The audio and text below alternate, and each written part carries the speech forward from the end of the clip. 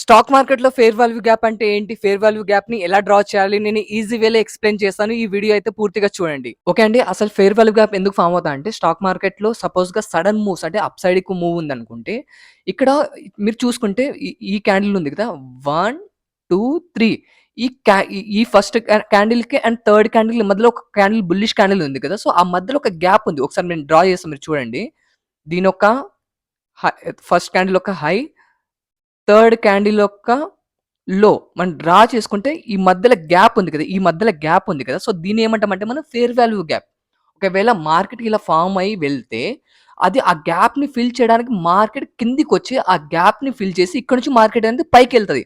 So, దాన్నేమంటామంటే మనం fair value gap అంటాం. ఓకేనా?